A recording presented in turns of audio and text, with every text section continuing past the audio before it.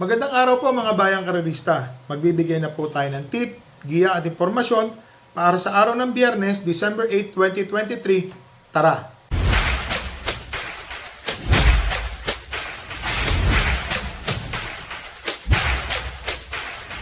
Mga bayang karerista, pinalad po tayo. Nanalo po si Bonnie Avenue.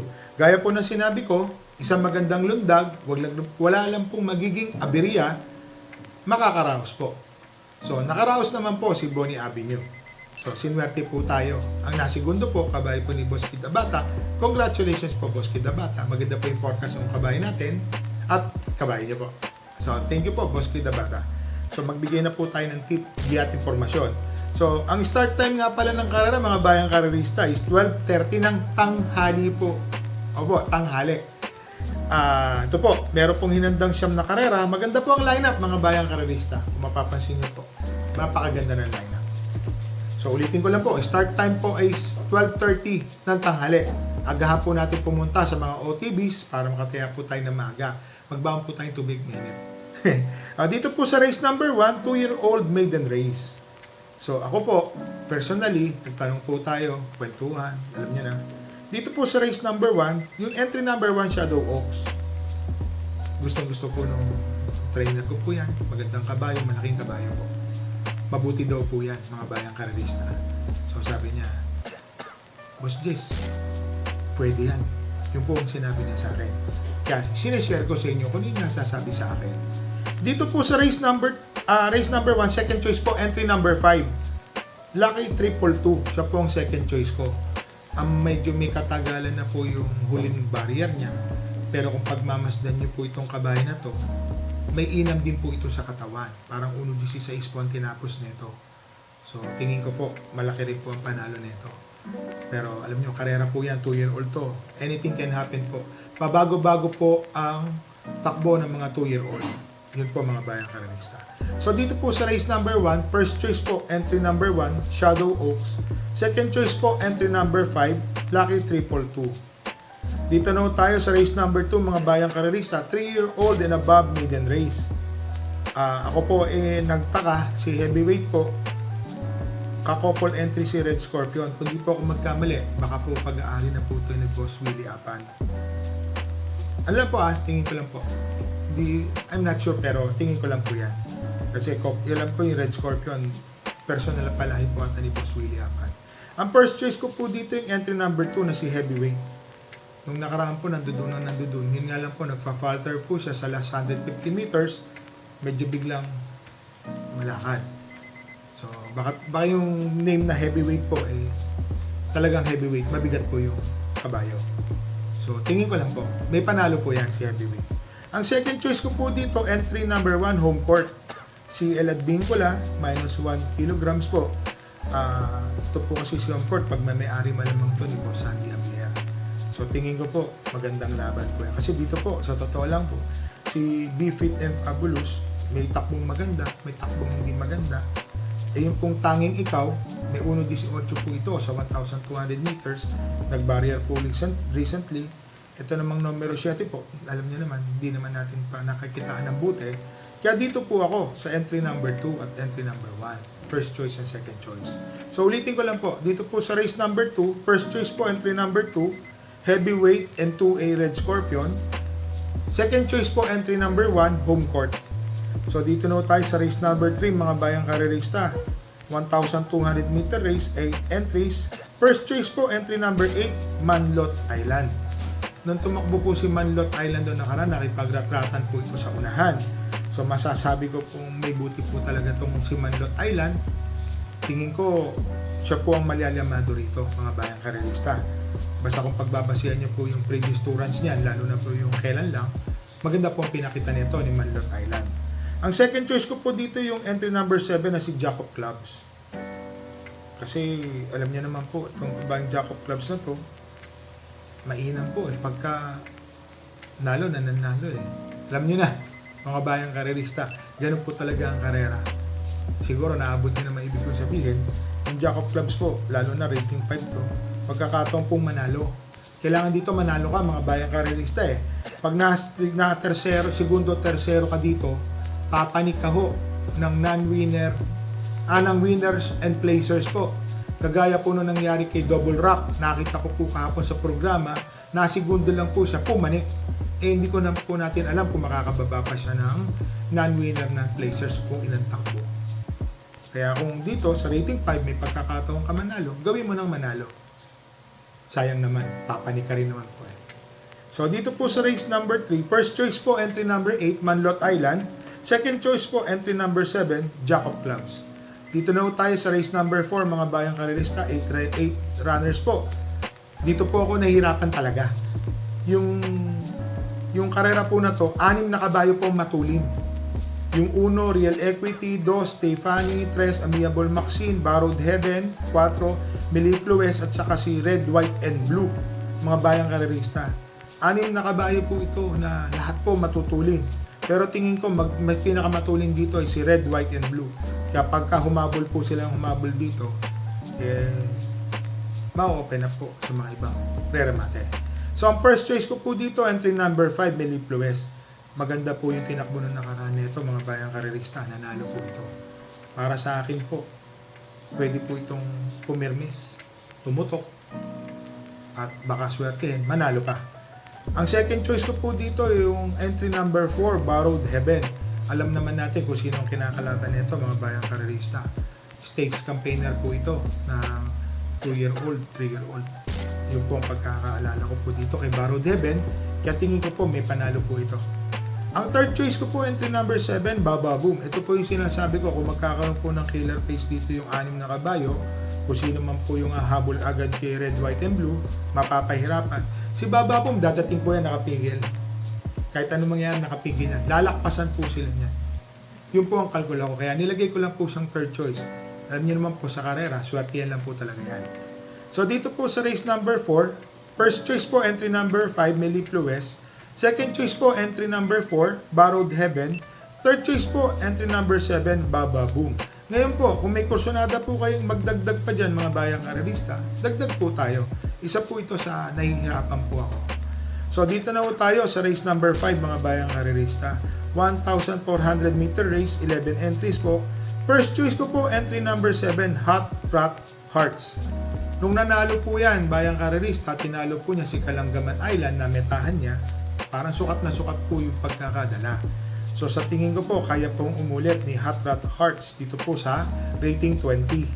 16 to 21, kayang-kaya pa po niyang umulit. Ang second choice ko po dito, entry number 1, High Honors. Ito po kasing si High Honors, maganda po ang numero, matuling kabayo. Malamang nandoon na po ito sa segundo, tersero, o baka siya na po magdala ng marcha, makasunod po siya agad kay Mustang Sally. Para sa akin po, malaki po ang panalo ni High Honors. Ang third choice ko po, entry number 2, Swakto Power Duo. Baka nagpagpag lang po ito ng kalawang nung huling takbo niya, mga bayang karerista. Yamado na po ito, tumakbo po ito nung nakaraan. So para sa akin po, may tempo po itong Swakto Power Duo ng 1.26 sa 1,400 meters, same distance. Tingin ko po, malaki po ang panalo niyan, mga bayang karerista. Yun nga lang, pagkalawang, alamang, patok pagtakbo.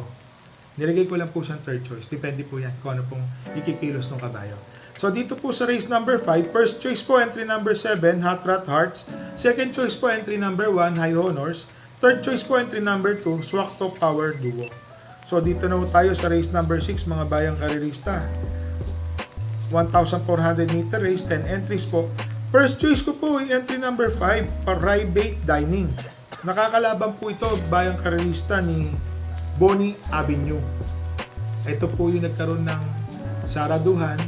Nanalo po yung sakay ni Lablab, Galieta. Pero naano po siya na tawag doon na suspended po siya dahil nasaran po niya yung private dining.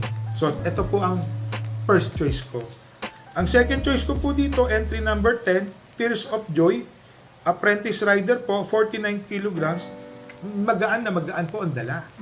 So baka mamaya po, ma-irate lang po ito, magmarcha lang po ito sa labas, alam nyo na, mananalo, 49 kilograms po eh.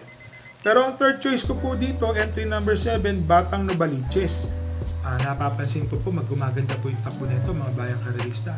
Minsan po kasi, mag-obserba po tayo sa takbo, kahit natalentayan natin, tignan natin kung sino po yung tingin natin na pwedeng potential na manalo sa mga susunod na takbo.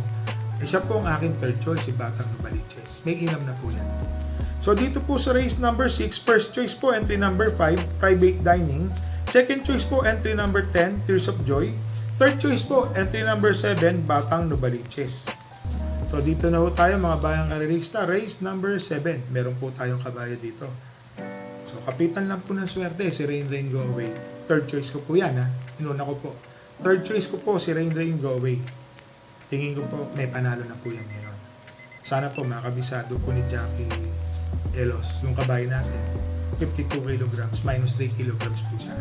So dito po sa race number 7, first choice ko po entry number 9, 7 of Diamonds. Mga bayang karerista, naiinaman po kay 7 of Diamonds lalo na pagdating po sa rematihan. Lalo na 1,400 meter race po. Pagka ganun po ang nangyari, tingin ko po malaki po ang panalo ni 7 of Diamonds. Siya po ang nilagay kong first choice.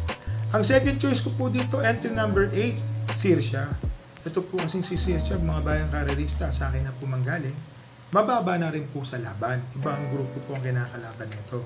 Rating 7, 6 to 10. Tingin ko po, magbibigay ng magandang laban to. Makakasunod po ito sa una, no? Baka siya na rin pong mauna rito. Ang third choice ko po dito, yung kabayo po natin na si Rain Rain Go Away.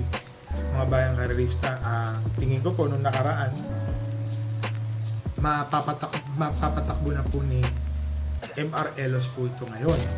Ni Jackie Elos, alam niyo naman po mga bayang karerista, sa karera po minsan, sa unang sakay ni Jackie, kakapa-kapa, nakapa niya na, siya naman din po nag-iinsayo. Tingin ko po, alam na po niya ang gagawin dito. Ngayon mga bayang karerista, meron po akong kursonada. Baka kursonada niyo po, hindi ko po siya ilalagay na tip, kasi kursonada lang naman. Yung pong entry number 10, Go Jigo. Ito pong kabayo na to, nakababa na rin po ito ng laban. So sa tingin ko po, kaya po manalo netong Go Jigo.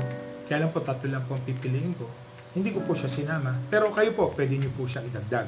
So dito po sa race number 7, first choice po entry number 9, 7 of Diamonds. Second choice po entry number 8, Sirsha.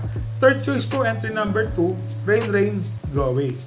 So dito na tayo sa race number 8 mga bayang karerista. Ito naman po, split po kasi ito yung 6 to 10. Ito po yung pangalawang grupo niya. Meron pong 11 entries. First choice po entry number 7, 7A, Gossip and Pass Sailing. Si Pass Sailing po mga bayang karerista, JMS Torque na po ang papatong. Tingin ko, mananalo. Yun po ang magiging salita ko lang kasi mainam po itong kabayo na to. Lalo na ngayon, nakarating na po siya sa rating 6. Yun nga lang po, alam niyo na, rating 6. Medyo pero para sa akin po kasi lamang Lamang na lamang po siya. Ang second choice ko po dito, entry number 3 na si Happy Maggie. Rating 9 po ito, imported runner po yan. Si Macmac Deo Campo po ang papatong. Tingin ko po magbibigay po ng magandang laban, si Happy Maggie. Ang third choice ko po dito, yung parati po nananalo, Dihado. Entry number 5, Golden 8. Mga bayang karerista. Ito po kasing si Golden 8, may mga kilos po ito na nandoon na po. Para po itong si bagay na bagay. Pag hindi mo na natatayan, nananalo, bumubulaga. Si Golden 8 po, tingin ko po, sa parimatihan, siya po ang makakalaban ni Happy Maggie, mga bayang karerista. So mga bayang karerista, meron pa rin ako nakikita mga dihado dito. So kayo pong bahala magdagdag. Medyo may kahirapan po itong lineup na to sa race number 8. Pero kayo pong masusunod, dagdag po tayo. Pero ang pinili ko po, 3 kabayo lang po. Ang first choice ko po, entry number 7 and 7A, Gossip and Pass Sailing. Second choice po, entry number 3, Happy Maggie. Third choice po, entry number 5, Golden 8. So dito na po tayo sa race number 9, mga bayang karerista. Nung nakaraan po, medyo mataba pa yung kabayo natin na si Don't Stop Believin'. Dahil sa no bearing po ngayon, sabi ko, alam niyo naman, may binibigay po sa kabayo para umihi. Kailangan po yan bago tumakbo para hindi po sumago. So, gagawin po yung normal na ginagawa. Pagka magtatakbo po ng kabayo, masasabi ko lang po sa inyo, si Don't Stop Believin', makachamba po sana. Third choice ko po siya. Ang first choice ko po dito, yung entry number 7 na si Jersey Crown. Bakit po siya ang first choice ko? Ang ganda po ng panalo nito kay CS Pare nung nakaraan. Para sa akin pong inam. Kahit nandito po si Good Reason, Alindog, Bukas Grande Island, Happy Kid, mga matutuloy po yung binabanggit ko, Bukawi Riverton, Aphrodite, si Jersey Crown po, re-remate at re-remate. Lalo na sa distansyang 1,400 meters. Kahit nandiyan pa si Don't Stop Believin po mga bayang karerista. Kaya lang po medyo may katabaan nga po yung kabayo ko. Tignan mo natin kung aabot po yung preparasyon na gagawin po sa araw ng Webes. Ngayon po, yun po yun. Ang second choice ko po, entry number 8, Aliana. Yun nga lang po, rating 11, minus 3 kilograms po si Love Love Galieta. 50 po ang timbang niya. Tingin po, ito pong si Aliana, pwede po makasunod ito eh. Naisusunod naman po itong kabayo na to, tapos isang bigla na chak, biglang layo po ito. Yun pong nakikita ko pong senaryo. Tapos, nilagay ko pong third choice, si Don't Stop Believin. Tetestingin lang po natin siya. Noong nakarang tinesting, syempre, iniingatan natin na huwag nadidisgrasya si kabayo. May problem po kasi talaga sa pista ng Metro Manila Turf Club. Totoo po yun. So, si Don't Stop Believin, testing. Kung mananalo, manalo. Kung kaya nang mauna, iuna na. Kung sa tingin naman po na ano po, kukulangin si kabayo, basta iuna. Yun po ang instruction ko. Iuna. Labas naman po yan, tsamba lang po yan. Masasabi ko po sa inyo, is tsambang-tsamba, makachamba po sana. Si Don't Stop Believin. So mga bayang karerista, so dahil sa masaya po tayo sa pagkakapanalo po nung kabayo po natin, sa totoo lang mga bayang karerista, nandun po ako sa CISOS OTB, CISOS Boodle Fight and OTB. So dito po yun sa Hobbies of Asia. Sa Makapagal, doon po ako nangarera. Sinuwerte naman po tayo, mga bayang karerista. And congrats po nga pala kay Boss Kaloy Dato. Maraming salamat po Boss Kaloy sa pag-entertain po sa akin. Magandang kwentuhan po yung nangyari sa atin. Alam niyo naman, Boss Kaloy, isa kayo sa tinitingala ko na horse owner din po. So, mabayang karerista, mag-shoutout lang po tayo kay Mr. Michael Javier, John Eric Talampas, Amanda Rodriguez, bayang karerista ng San Lazaro, kila Joel Obejera, Rolando Feliciano, Rain Galarion at kay Kagawa Domer. Shoutout din po kay Chairman Romy Aday, Jake Aguilar, Ots Manabat, Hernando Leisico, Batang Parola, at sa CISOS Boodle Fight OTB. Maganda po mga nera doon, maluwag po ang party. So mga bayang karerista, happy racing po and stay safe po. Lagi pong tandaan, tanghali po, baon po tayong tubig. 12:30 po ang kalera.